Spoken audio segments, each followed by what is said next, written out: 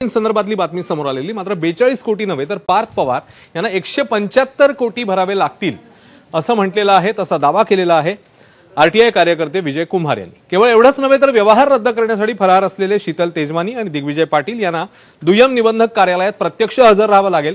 त्यामुळे शीतल तेजवानी कधी येणार आणि व्यवहार कधी रद्द होणार पाहणं महत्त्वाचं आहे।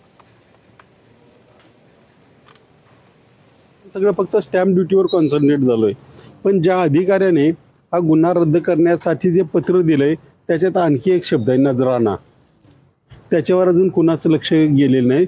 त्याच्यामुळे आणि असा व्यवहार रद्द होत नाही। व्यवहार अगदी मंत्री असले आणि मुख्यमंत्री असले तरी त्यांच्या सांगण्यावरून किंवा अधिकाऱ्यांच्या मनमानीने हे व्यवहार रद्द होत नाहीत। याच्यासाठी कायदा आहे आणि कायदा असं सांगतो की अशा प्रकारे एकदा दस्त नोंदला की तो एकतर रद्द करण्याचा अधिकार फक्त कोर्टाला आहे किंवा दोन्ही पार्ट्यांनी मिळून स्वतः जाऊन कॅन्सलेशन डील करणं।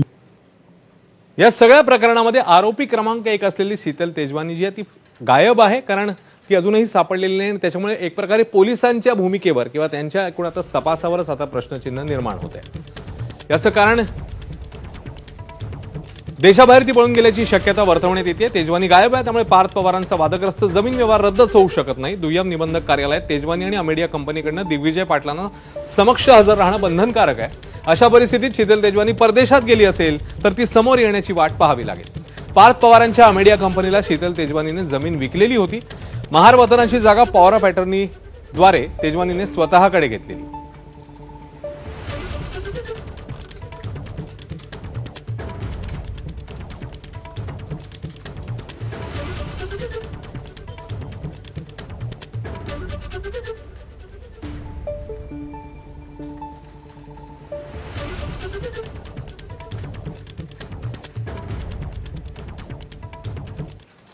दरम्यान पुणे पोलिसांच्या कार्यक्षमतेवर एक प्रकारे प्रश्नचिन्ह निर्माण होते आणि याचं कारण गेल्या वर्षभरात घडलेल्या घटना।